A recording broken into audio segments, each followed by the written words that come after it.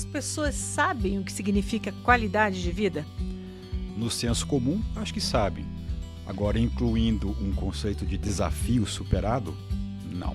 Agora, falando em desafio, já que você tocou nisso, as pessoas precisam ser desafiadas no seu dia a dia? Acho que constantemente, Vanusa, deveriam ser. E os sócios, eles sabem que eles devem oferecer qualidade de vida e desafios e que esse seria um papel, os sócios ou o dono, seria um papel dele? Eu acho que inconscientemente eles até sabem, mas eles não direcionam a tarefa para isso. E quando se fala em qualidade de vida, a gente sabe diferenciar prazer e satisfação? Pode ser um abismo de diferença entre os dois? E você acha que as pessoas precisam ser desafiadas no seu dia a dia? Acho. Aliás, é o seguinte, você tem alguma dúvida disso?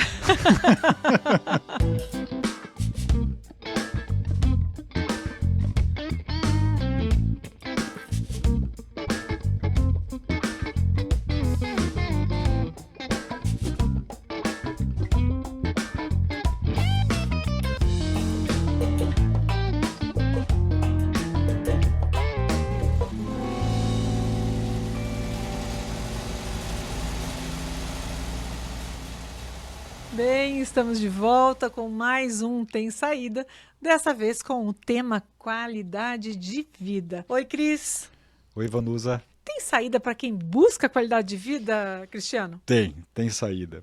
Você sabe que eu gosto muito desse tema sobre qualidade de vida, né? E tem um conceito por trás de qualidade de vida que eu acho que vale a pena trazer aqui para o nosso bate-papo. Ele é um conceito um pouco diferente, mas ele faz um total sentido, né? Então, olha só. Se eu perguntasse para você assim, Vanusa, o que é qualidade de vida para você? Não precisa responder, né? Se perguntasse para qualquer outra pessoa, aí a pessoa fala assim, olha, qualidade de vida para mim é quando eu estou de férias, né? Vou para a praia, tomar uma caipirinha, quando eu tenho lá meus 20 dias sem fazer nada, quando eu vou para minha chácara, quando eu tenho momentos de lazer. E em grande parte no senso comum isso é qualidade de vida mesmo. O que as pessoas traduzem quando elas falam isso? Puxa vida, eu estou numa batida tão intensa do dia a dia, todo mundo trabalha bastante, todo mundo tem que pagar conta, todo mundo tem, enfim, a vida em família ou em comunidade, no ciclo social, exige muito. Qualquer respiro que você tenha é um respiro que te traz um pouco de qualidade de vida, né? Mas eu gosto de pensar num outro conceito diferente desse conceito de você poder relaxar um pouco, né? Eu gosto de pensar qualidade de vida, e acho que essa é a proposta para a gente discutir um pouco hoje, que é a seguinte, trazendo uma diferença entre dois pontos, ou dois temas. O tema da satisfação, que é diferente do tema prazer.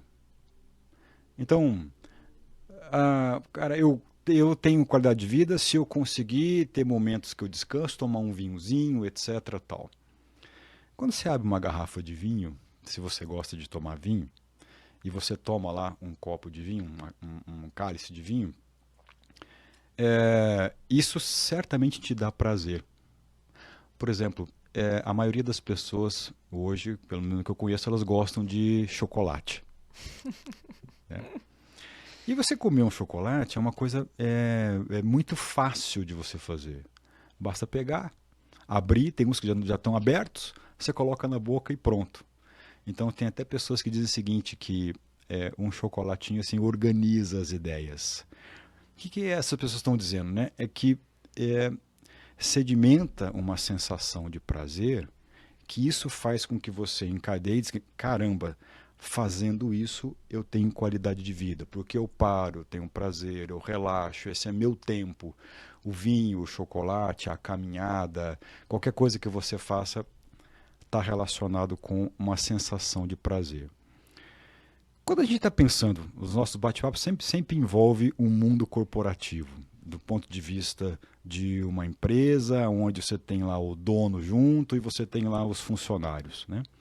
Quando você vai para esse ambiente, eu acho que emprestar o conceito de satisfação para você definir o que é qualidade de vida faz total sentido.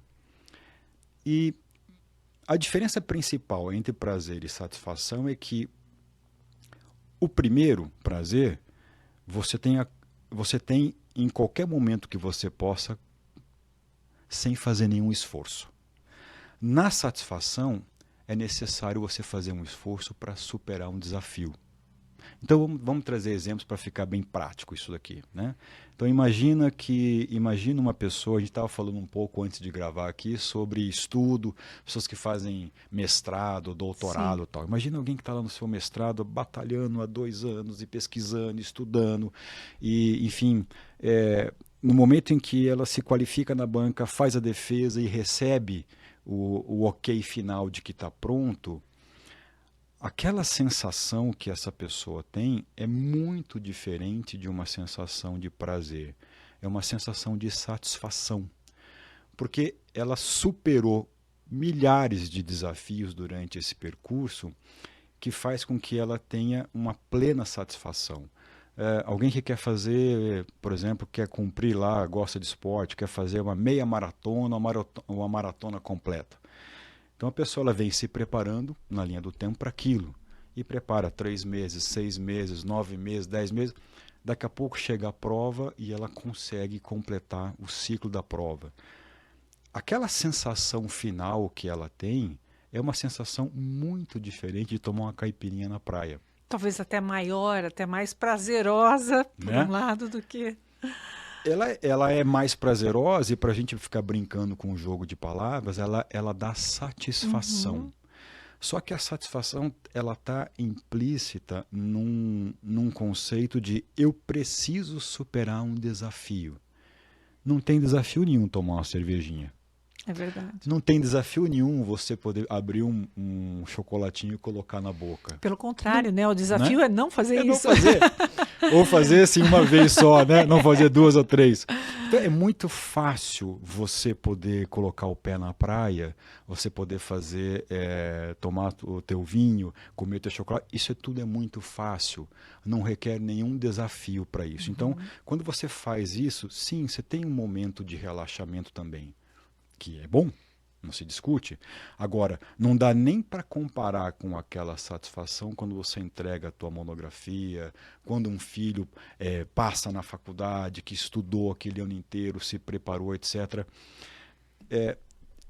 Comumente, assim, no mundo corporativo, a gente costuma chamar que essa satisfação é tão maior, mas é tão maior que o prazer, que a gente chama isso de momento memorável. Uhum. Cara, nossa, é tão grande a conclusão de um trabalho que ele chega a ser um momento memorável.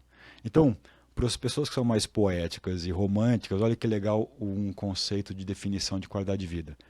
Ter qualidade de vida, nesse sentido que eu estou falando, é você ser um colecionador de momentos memoráveis. Quanto mais momentos memoráveis você tiver na tua vida, mais significa que você superou desafios.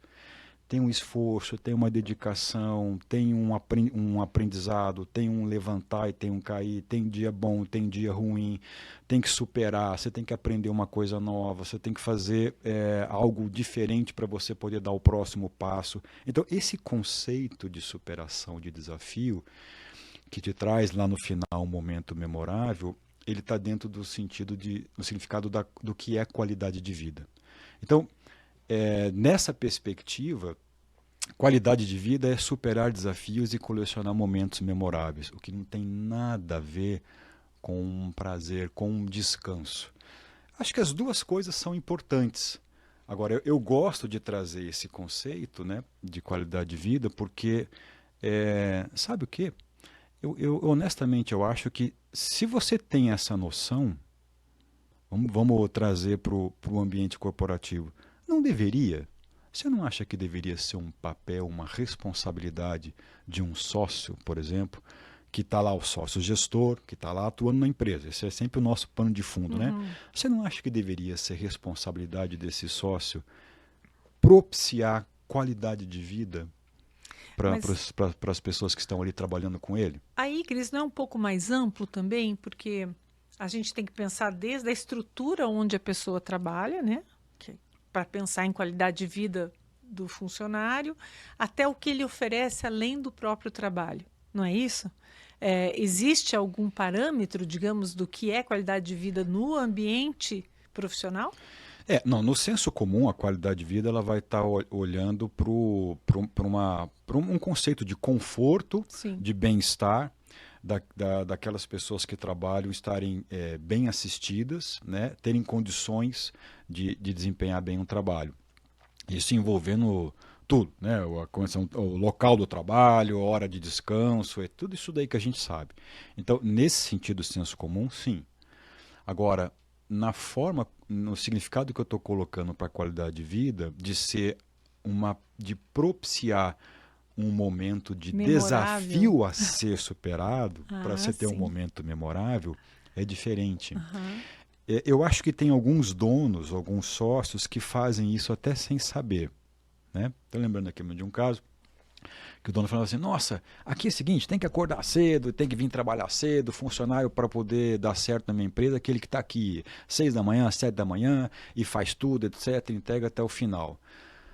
De uma certa maneira, você tem uma cultura e alguns valores, uma cultura que ele está passando, mas não tem uma parada para você poder dizer assim, olha, uma das atribuições que eu tenho é, de maneira intencional, propiciar para o meu funcionário esse conceito de algo a ser superado. Por que eu acho que isso é interessante? Porque se todo sócio parar para pensar e se planejar nisso, ele vai entender o seguinte, cara, quanto mais as pessoas que estão comigo poderem ser desafiadas e colecionarem esse momento memorável, mais satisfação elas vão ter, mais engajamento vai ter, o momento memorável propicia isso, é uma felicidade tão grande, é uma sensação de dever cumprido tão grande, que o que essa pessoa quer é se preparar para o próximo. Então, nós falamos isso aqui uma vez, né? Todo dono gostaria que o próprio funcionário tivesse a visão de dono. Uhum. Pô, eu queria que ele pensasse como eu, que tivesse a mesma ideia que eu tenho, que olhasse para esse negócio como se fosse dele, etc. O que ele está querendo dizer com isso? Que essa pessoa pega o touro pela unha e vamos que vamos, e abraça a causa e vai até terminar.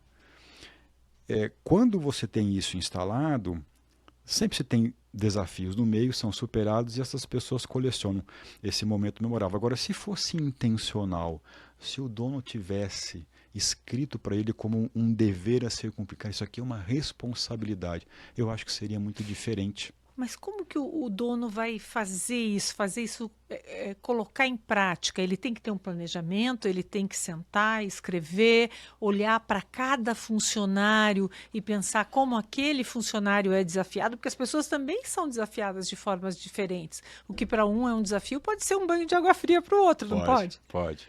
Essa é uma boa pergunta, hein? Quem tem resposta para isso? Essa é uma boa pergunta. Como é que você faz para que um sócio da empresa entenda que esse conceito é um dever dele? E como é que você faz para que ele consiga colocar isso em prática, aplicar isso no dia? Essa é uma boa pergunta. A verdade é o seguinte, né? Quando você acho que sempre vai precisar de ajuda de alguém. Uhum. Né? Então, quando você tem alguém de fora e está olhando para isso, você tenta puxar, incentivar essa pessoa a ter esse tipo de olhar. Né? Dá para ter isso sozinho?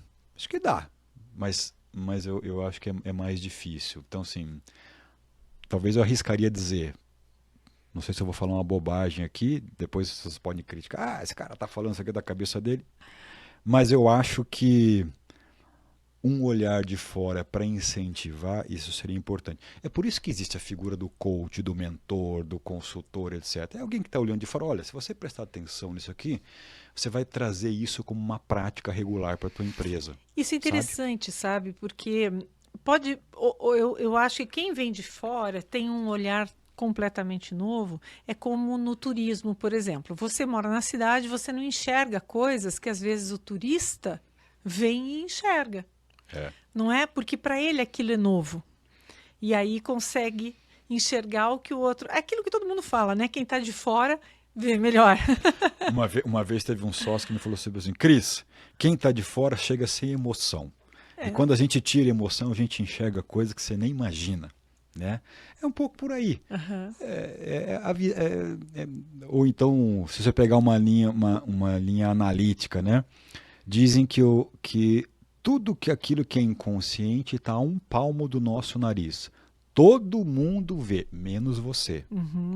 A gente precisa do outro. Qualquer um precisa do outro.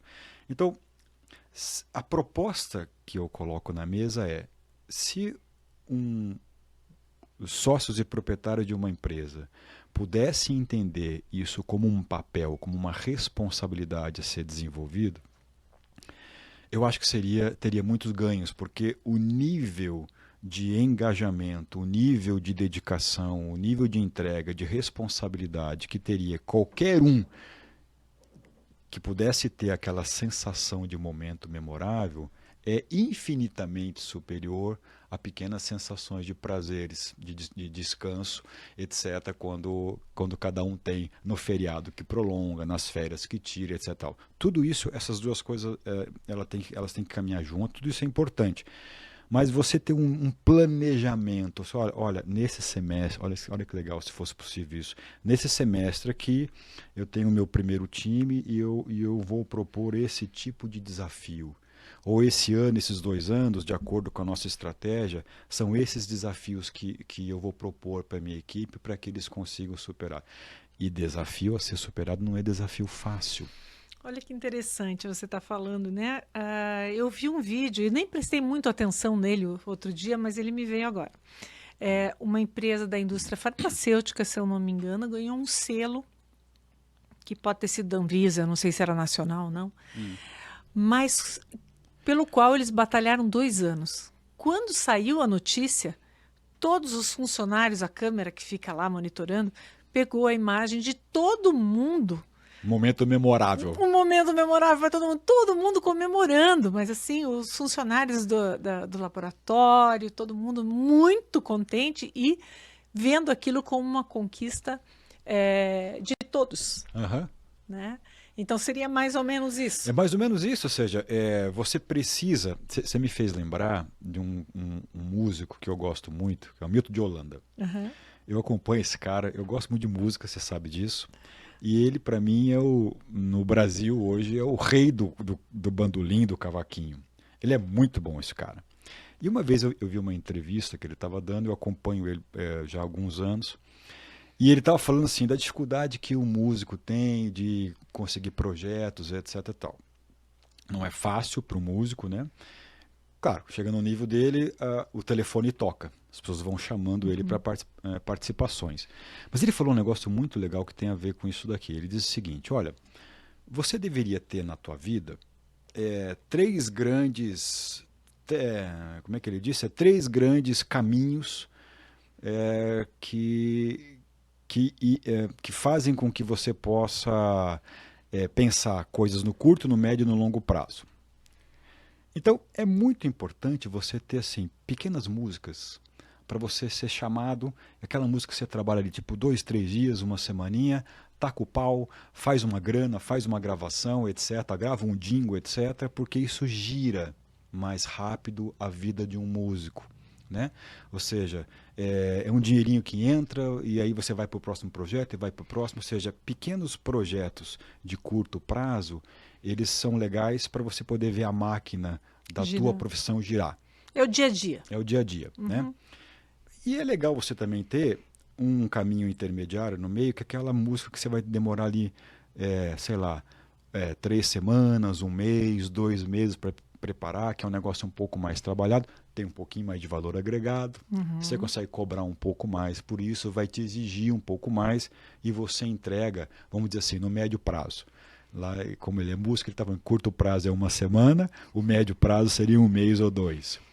E é muito interessante você ter aquela peça que você quer tirar, que você vai ficar 6 meses, um ano batalhando. Que você tem certeza absoluta que para você poder fazer uma passagem vai ter que treinar muito, vai ter que fazer um monte de dedilhado, um monte de Desafio, programação, né? que é o desafio a ser superado. Então, o que ele estava querendo dizer com isso?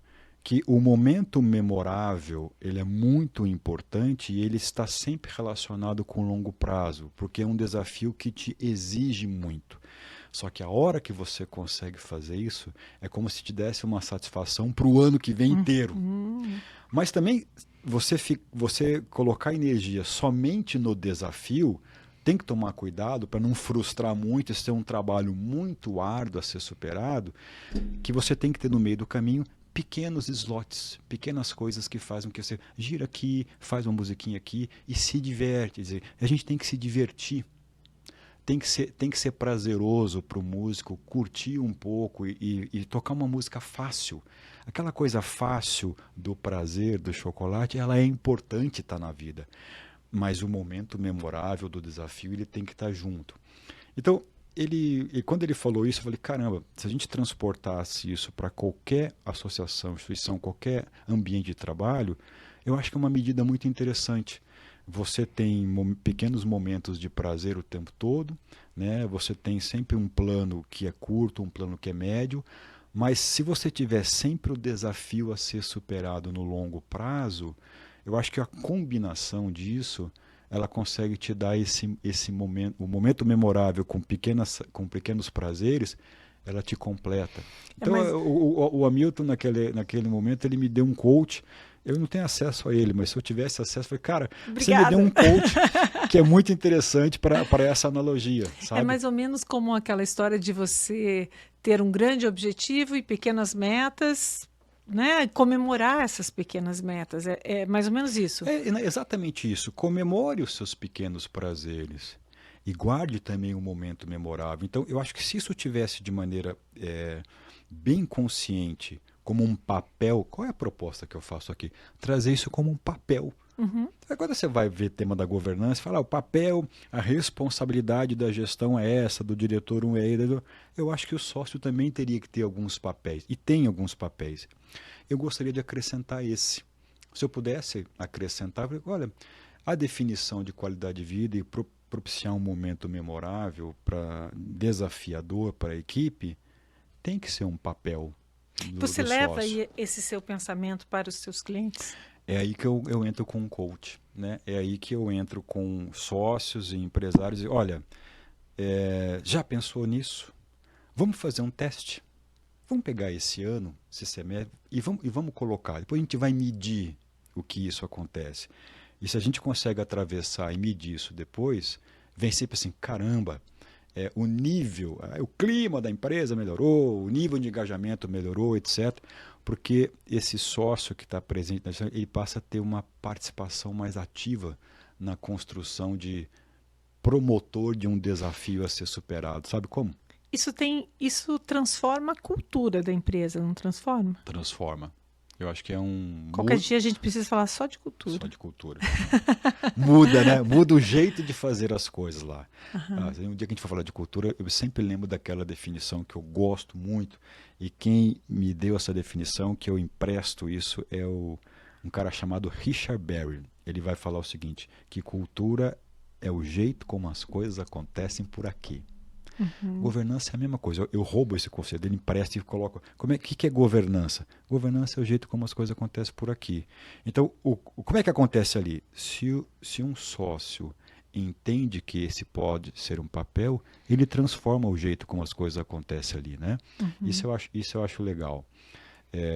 Então, eu sou muito grato ao Milton de Holanda por ter me dado essa definição, e ele para mim, resumiu tudo o que eu acho que precisa resumir quando você coloca proposta de planejamento de uma entrega de profissionais durante um ciclo. E esse novo papel, digamos, vamos colocar como novo, né? O novo papel do sócio, do dono, enfim, de propiciar o desafio, a qualidade de vida para os seus funcionários. Ele pode ser escalado, digamos assim, ele pode passar isso para aquelas pessoas que estão abaixo dele e essas pessoas para quem está, entendeu? Até chegar na base? Você diz assim, Esse desafio, essa vontade de fazer a pessoa ter momentos memoráveis dentro do seu ambiente de trabalho. Eu acho que qualquer, vamos dizer assim, qualquer cultura, a gente falando de cultura, ela tem que ser cascateada, né? Tem que Uhum, ser desdobrada.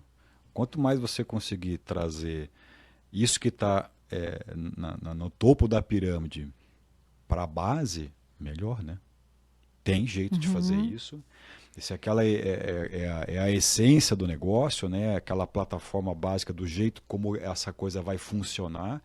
Ah, seria o ideal dos mundos, né? Se você pudesse cascatear e deixar isso para baixo. Não uhum. é um trabalho simples, porque você tem que fazer o envolvimento de todo mundo entender e seguir qual que é o plano, né?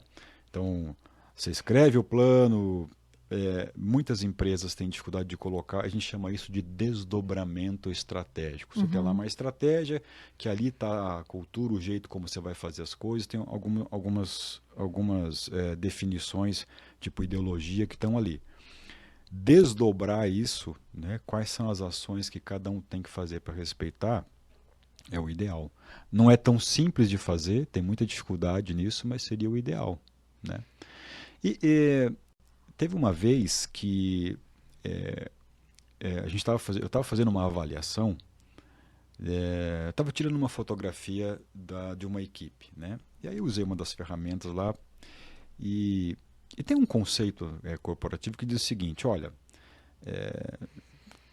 aliás, várias análises, né? Jack Welch dizia isso, no tal do 80-20, ou 10, como é que é? 10-15, 70-80, 10-15 lá embaixo, Uhum. que diz o seguinte, na verdade são pessoas que estudam esse comportamento da pirâmide de colaboradores, de funcionário, e diz mais ou menos o seguinte, você tem sempre uns 10%, são aquelas pessoas que são os principais pensadores e estratégicos de uma empresa.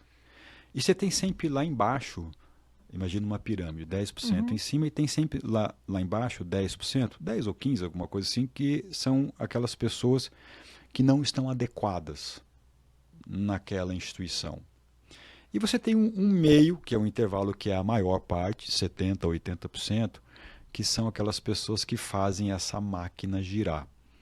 Então, se a gente fizer um paralelo, né, o pessoal da turma do coach gosta bastante de assim, ó, você tem os alpinistas que estão lá no topo, que escalam, essas pessoas são aqueles que ajudam você a levar essa empresa a um outro patamar. É o cara que está na estratégia, que dita, que cria, que está junto com você, que cascateia, que desdobra, que incentiva, que pensa diferente, fora da caixa tal. Você tem a turma lá de baixo, que são os desistentes, né? Que por N variáveis ou não estão ali, ou não concordam muito, ou não vão jogar o mesmo jogo que a maioria. E você tem essa fatia no meio, que é a maior parte, que são as pessoas que carregam o piano. Dizem assim, vulgarmente, carrega o piano, são as pessoas que tocam a operação, né? Tem um pessoal do coach que fala assim que são os campistas, né? Uhum. Alpinistas, campistas e desistentes. Campistas no sentido de estar acampado, Uhum. de uma certa maneira até correr o risco de estar estacionado, acampado nas próprias carreiras, né? Então quando a gente olha, tem várias e várias pesquisas que traduzem isso, que é o 10, 80-10, Pareto, o né? 20, Uhum. Pareto, 80, 20 e tal, e todo mundo acaba falando a mesma coisa. É, como todo mundo fala a mesma coisa, eu acho que isso acaba sendo uma verdade, Hum. né? Dá medo Dá disso? medo. Uma vez eu me lembrei de uma coisa seguinte, e eu escutei isso em algum lugar, eu achei genial também, e aí acabo reproduzindo às vezes. Se uma pessoa te disser que você é um cavalo, ela está mentindo. Uhum. Se 5 pessoas disserem que você é um cavalo, isso pode ser um complô. Agora, se 20 pessoas disserem que você é um cavalo, larga tudo e vai sair correndo e compra uma ferradura. Porque você é. Tá certo? Então, na mesma dia assim, as pessoas aqui têm alpinista, etc., diz que é assim, um leva, outro não leva. Ou por amostragem, ou pelo ensinamento da repetição, ou pelo. Acho que é assim que funciona. Então vamos imaginar que essa curva de 80-20, etc., é assim mesmo que funciona. Você tem uma população grande, que é aquela população que está no dia a dia, que não desistiu e não vai pensar diferente. Então, a atribuição de um líder em ser promotor de esse é o seu papel, essa é a sua responsabilidade, ela é muito grande. Porque a grande maioria das pessoas que estão ali, eles têm um papel fundamental nisso, né? Mas não são aquelas pessoas que vão conseguir, sem uma ajuda externa, identificar qual é o papel, qual é a responsabilidade, o que eu posso desdobrar, para onde é que eu tenho que ir, me ajuda e traça o meu caminho. Então, teve uma vez eu estava tirando fotografia da empresa e teve um sócio que falou, mas peraí, mas tá aqui, 70% aqui está acampado, como é que é isso? Pô, vou mandar todo mundo embora, né? A visão, Aí, né? né? Aí tem que explicar para ele, não, peraí, essas pessoas aqui têm algo fundamental, que elas têm a cultura enraizada, tem um motor de tração que faz esse negócio caminhar mês a mês, e entregam com a qualidade que você quer, com a cultura que você quer, do jeito que você quer. Mas não dá para exigir da maioria das pessoas que tenham essa dose de visão, de criatividade, para dizer para onde é que nós estamos indo. Né? Isso não quer dizer que entre os campistas não existam ali alguns que podem desacampar e subir e ir ao topo. Eu acho que o pessoal que acaba definindo assim é até um pouco infeliz quando define isso, né?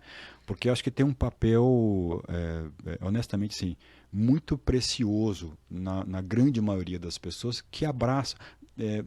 Não é que não são pessoas que não questionam o tempo todo, elas abraçam o dia a dia de entrega e fazem acontecer, né? Uhum. E às vezes quando você abraça intensamente esse dia de entrega, você está tão imerso nisso que tirar um pouquinho a tua vivência daquele dia a dia para você ter uns momentos de reflexão, de cara, qual é a saída, o que eu tenho que fazer diferente, não é para todo mundo. Uhum. Aí sim acho que a definição de quem está lá no topo da pirâmide, que vai ditar um pouco a ordem, né? Então eu lembro que o acionista lá na época, tá todo mundo acampado, né? E eu falei, não, essas pessoas é o guardião do teu negócio. Mas não dá para você exigir demais que elas superem um desafio que pode ser que seja muito grande. Então essa turma de cima tem que ter um desafio, essa turma do meio tem que ter um outro tipo de desafio. E a turma de baixo, que às vezes, infelizmente, mesmo desafiadas, não vão querer estar ali por qualquer razão. Uhum. Então, quando o sócio tem uma visão de qual é o seu papel, qual é a sua responsabilidade em diferentes camadas dessa empresa, né, da sua empresa, e de que saber dosar que tipo de desafio, aí a gente busca lá no Hamilton de Holanda, ter um desafio é legal, não pode ter 10, 15 desafios que você tem que quase morrer para superar, porque daí você nada e morre na praia, você não consegue entregar. Então, saber qualificar como é que ele distribui para quem, eu acho que é uma vantagem competitiva enorme e traz assim um grau de maturidade, de um conceito de governança muito grande para as empresas. E quando você apresenta essa ideia, né, de desafio e tal, qual que é a primeira reação? Como é que o empresário ele vê isso, o dono da sua empresa ali que ele construiu muitas vezes, começou de baixo, tal. De repente ele pensa assim, como é que eu tenho um cara aqui falar para mim que eu tenho que desafiar as pessoas? Eu tenho o desafio, né, de manter isso daqui. Como é que é essa reação? Nunca é muito positiva. Primeiro ele fala assim, cara, escuta, foi muito legal te conhecer, mas acho que a gente não vai conseguir trabalhar. Muito obrigado, foi legal. Então, escuta, eu tenho uma próxima reunião que está começando agora, então dá licença. Normalmente você tem uma resistência grande para isso. Porque é um jeito diferente de pensar. Né? Então, tem que se ter uma paciência, uma tolerância para vencer essa barreira da apresentação de um jeito diferente de você pensar o teu negócio. Tem um momento para isso? Tem que ter um momento, né? Tem que ter um momento. Tudo que você quer mexer numa cultura ou quer trabalhar, por exemplo, conceitos de governança, eu já aprendi duas coisas. Alopatia não serve, tem que ser homeopatia, né? E tem que ser na hora certa, no momento certo. A gente tem isso no senso comum na nossa vida, né? Você sabe, puxa, abriu a janelinha, você vai lá e esse é o momento. Então você tem que esperar, tem que ser tolerante, tem que ter paciência, tem que ter resiliência. Não dá para esperar a vida inteira, porque também senão não anda. Então, a habilidade de você poder, deixa eu fazer aparecer o momento. Você tem que criar uma situação. Criar uma situação para que esse momento possa Ou aparecer. demonstrar, né? Demonstrar, dar resultados, talvez eu acho que já seja um caminho também, né, Cris? Eu acho que tem um ponto que é legal, que envolve sempre uma questão de confiança, né? Quando você confia em alguém, você abre um pouco a guarda para escutar uma coisa diferente, para essa pessoa fazer uma intervenção, para ela te desafiar e dizer, olha, você pensa assim, mas também você pode pensar desse outro jeito. Quer experimentar fazer alguma coisa diferente? Então, quanto tempo demora isso? A gente não consegue saber. De cultura para cultura varia muito. Tem gente que está com um apetite enorme, etc., porque quer, vai ali 1 mês, 2, 3, vai. Tem aquele que fica 6 meses batalhando, esperando a janela. Então, isso pode variar muito.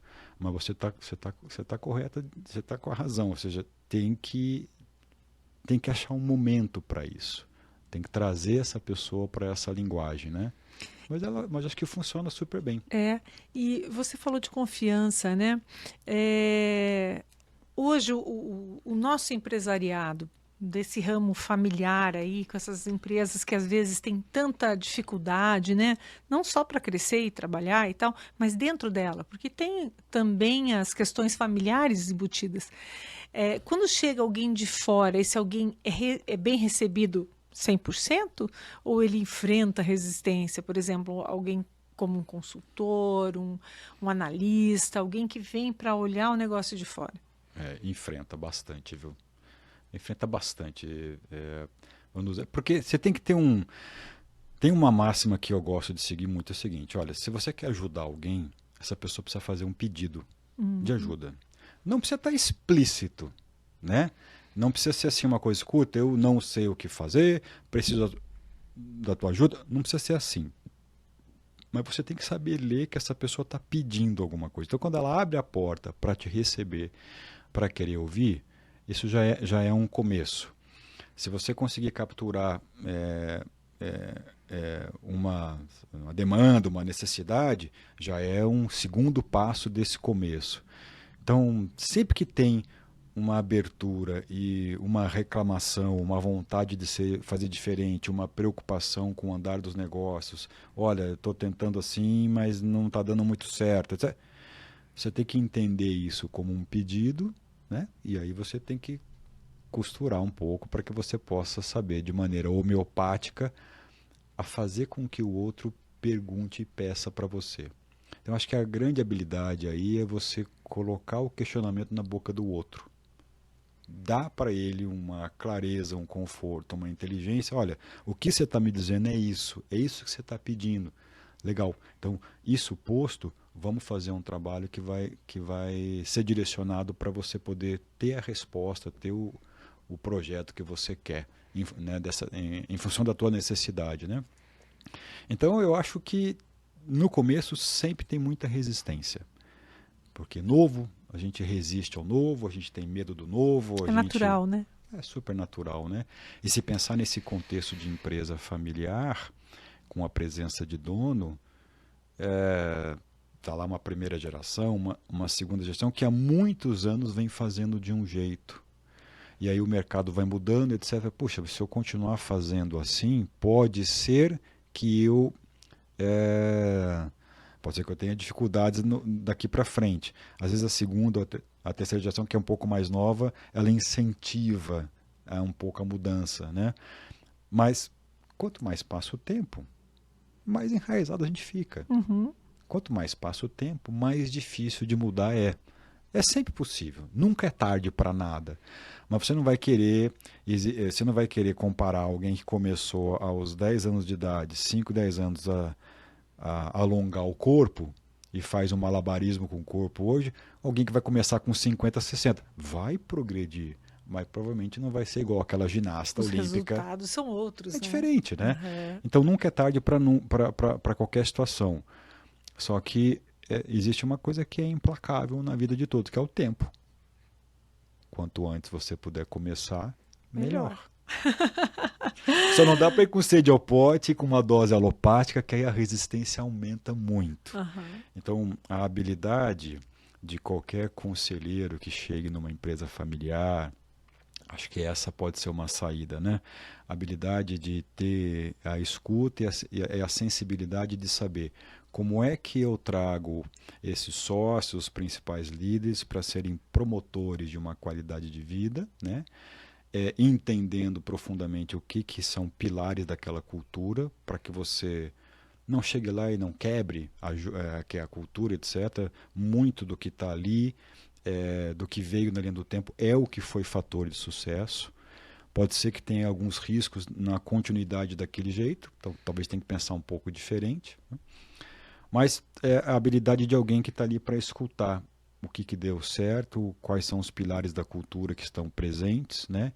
E como é que você, em dose homeopática, estimula ao sócio, gestor, por exemplo, para ficar nesse tema que a gente está falando, a propiciar desafios para as pessoas. Então, pelo que você está me dizendo, tem saída para quem quer desafiar seus funcionários e também oferecer mais qualidade de vida através de momentos memoráveis. Tem saída. Tem. Então tá bom. Então, na próxima, nós já temos aí alguns temas, hein? Verdade. Conflitos de gerações, culturas. Aguardem. Obrigada, Cris. Obrigado a você, viu? Até Tchau, a próxima. gente. Tchau, pessoal.